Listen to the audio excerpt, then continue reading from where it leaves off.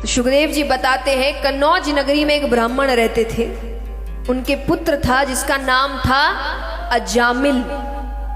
बड़ा होता है, एक बार रास्ते से जा रहा था कि उसने एक शूद्र को एक गणिका के साथ संभोग करते हुए देख लिया। बुराई प्रवेश कर गई।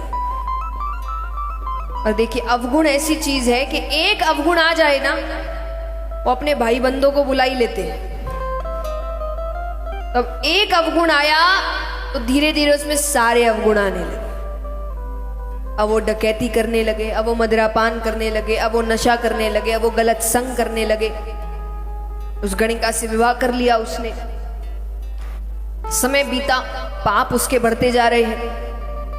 अब उसी गांव में एक ऋषि 100 वर्षों की तपस्या करके उठते। तो उन्होंने कहा कि मुझे एक रात बितानी है पर ब्राह्मण के घर पर। सबने कहा ब्राह्मण तो है पर ब्राह्मण कहलाने लायक नहीं है। उसने कहा मुझे लेना देना नहीं, मुझे एक रात बितानी है। ठीक है, उसने अब उसके पास घर इत्यादि सब बड़ा था, उसने एक कमरा दे दिया। सुबह जाने लगते हैं ऋषि, तो उन्होंने कहा कि कुछ मांगना है तो मांगो। उसने कहा सब है मेरे पास, कुछ नहीं चाहिए। अच्छे लोग अंत तक यही कोशिश करते हैं कि सामने वाला सुधर जाए। तो ऋषि ने एक अंतिम कोशिश करी। उनको भी पता चला जब पूरा गांव ऐसी बातें कर रहा है, पर वो कहते कि हर व्यक्ति सुधर सकता है। तो उन्होंने कहा कि तुम्हारी जो पत्नी है वो गर्भवती है? बोले हाँ है, उसको 10वां गर्भ था। तो बोले उससे जो बालक होगा तुमको पुत्र होने वाला है, ये मुझे पता है। तो अगर ये बात सच हो गई, तुम्हें पुत्र हो गया, तो मेरा एक काम करोगे? बोले क्या? बोले तुम उसका नाम नारायण रखना। क्या नाम रखना? नारायण। उसने कहा ठीक है, अगर पुत्र हुआ तो मैं उसका नाम नारायण रखूंगा, पुत्र ही होता है। तो उसने उसका नाम नारायण रखा। अब क्योंकि घर का सबसे छोटा बच्चा है तो उसमें मोह ज्यादा है। अब उसके मुख में दिन भर एक ही नाम, नारायण कहाँ गया, नारायण को ले जाना, नारायण को खिलाना, नारायण को घुमाना, नारायण नारायण नारायण, दिन भर नारायण, भर नारायण, भर। साल बीतते गए, उसका अंत समय आया। यम के दूत आए उसको लेने, खींच कर ले जाने लगे कि डर के मारे वो जोर से चिल्लाता है, नारायण मुझे बचाओ, नारायण मुझे बचाओ। अभी आवाज सुन के भगवान उठते हैं। भगवान ने अपने पार्षदों से कहा कि देखो कौन आवाज कर रहा है, उसकी मदद करो। भगवान के पार्षद आते हैं। भगवान के पार्षदों को देखकर यम के दूत भाग गए। अब यमराज भगवान के पास आए। यमराज कहे आपके किसी भक्त का अंत समय होता है, मैं नहीं जाता, पर ऐसे पापी के लिए आपके दूत आए, आपके पार्षद आए।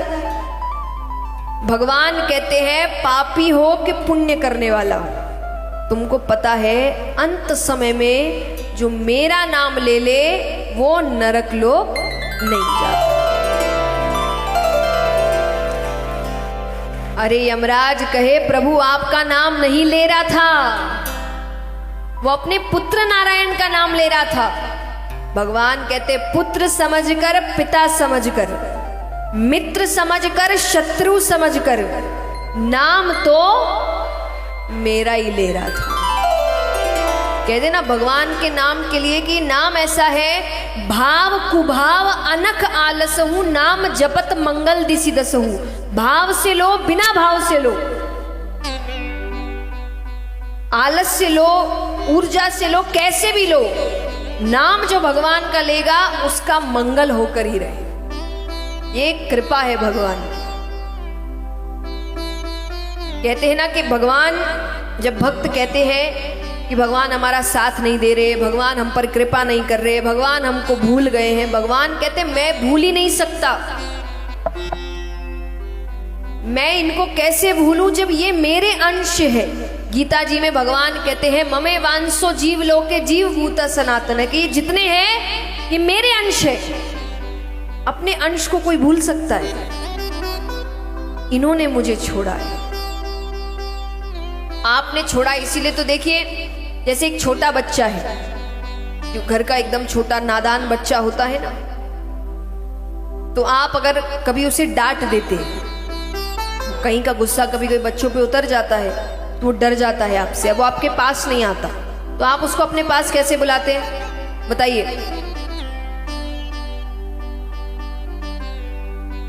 कोई नहीं आता आजकल प्यार से लालच से। अब बच्चे को लालच देते हैं। कैसा लालच? टॉफी दो, चॉकलेट दो, आइसक्रीम खिलाऊं, बाहर घुमाने ले जाऊं। आजकल के लालच क्या है? आईपैड दो, फोन। तो वो लालच से वो आपके पास आता है। तो जब कोई ऐसी हरकत हो जाती है, जब आपको ऐसा लगता है कि भगवान ने आपकी बात नहीं मानी, आपका काम नहीं हुआ, तो आप भगवान से नाराज हो जाते हैं, आप भगवान से दूर हो जाते हैं। तो भगवान आपको, ये सब लालच है भगवान के, और कुछ नहीं है। भगवान क्या करते हैं? भगवान लालच देते हैं कि आजा पाप काट दो, इधर नरक नहीं जाने मिलेगा, इधर। तो ये सब भगवान के लालच है कि तू मेरे पास आ तो सही, क्योंकि हमने भगवान को छोड़ा है, भगवान ने हमें। और देखिए एक बात हमेशा याद रखिए, मुझे नहीं पता बाकी क्षेत्रों में ये काम करता है कि नहीं है, पर भगवान की भक्ति में, योग्यता में वो ताकत नहीं जो ताकत अपनेपन में है। जैसे उदाहरण, एक बहुत बड़े सेठ जी है, उनकी मिलें चलती है, फैक्ट्रियां चलती है, खूब धन इत्यादि है। उनके कंपनी में एक कर्मचारी काम करता है, पढ़ा लिखा है, ईमानदार है, मेहनती है। वो महीने के 70-80 हजार कमाता है। वहीं पर सेठ जी का बेटा है जो इतना अयोग्य है कि उसको कोई महीने के 100 रुपए भी ना दे। कितने ना दे? 100 रुपए। पर जब सेठ जी की मृत्यु होती है तो सेठ जी की जो पूरी जायदाद है किसके नाम पर जाती है? कर्मचारी के नाम पे? बेटे के नाम। क्यों? अपना है।